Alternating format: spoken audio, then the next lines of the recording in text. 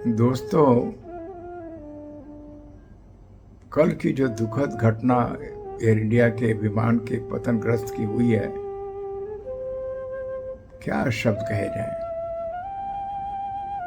News, YouTube, संवेदनाओं के संदेश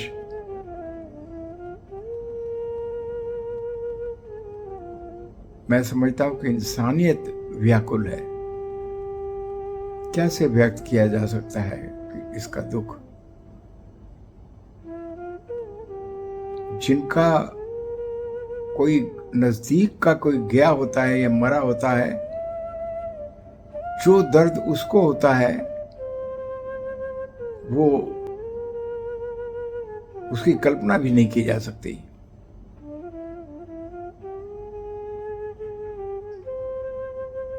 मैं ये नहीं कहता कि लोग सिर्फ शब्दों का इस्तेमाल कर रहे हैं अपना दुख जताने के लिए। ऐसा नहीं है, दुख है, सबको है, लेकिन कल्पना करना कि मान लो मेरा अपना बेटा या मेरा कोई नजदीक का या इवन दुखद में अगर मैं सोचूं तो शायद मेरे अपने बच्चों में से कोई या मेरी पत्नी में से कोई उस फ्लाइट में होती। क्या मैं इमेजिन कर सकता हूं कि क्या दुख होगा वो। और दूसरी बात ये भी है कि अब दुख प्रकट करके या दुख को व्यक्त करके भी क्या फायदा है। इस संसार में जितनी भी घटनाएं होती हैं वो हमारे या किसी के अपने हाथ में नहीं है, वो करने वाला कोई और है।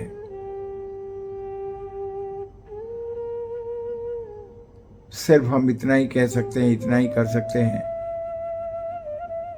कि मन से जिन लोगों के अपने गुजर गए हैं, उसमें हादसे में निकल मर चुके हैं, उनके लिए हम प्रार्थना करें कि हे प्रभु, अब जो शरीर की गति हुई तो हुई, टुकड़ों में बट गए, चेहरे नहीं पहचाने जा रहे, अंग से अंग नहीं जुड़ जा रहे, लेकिन आत्मा शरीर से अलग होती है। हे परमात्मा, उनकी आत्मा को शांति दो। उनके जो पीछे रह गए उनके घर वाले, उनको साहस दो, ये विचार दो, ये ज्ञान दो कि इस संसार से जो कोई चला जाता है वो चाहे किसी भी कारण से जाए, दुर्घटना पे जाए या अपनी मौत पे जाए, लेकिन वापस नहीं आता वो। तो अब ये जो दुख है ये तो सिर्फ बर्दाश्त ही करना पड़ेगा।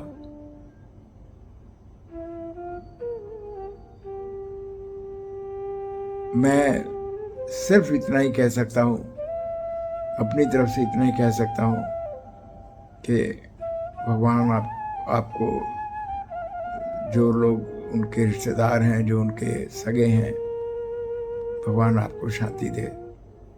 यही मैं कह सकता हूँ। ओम शांति।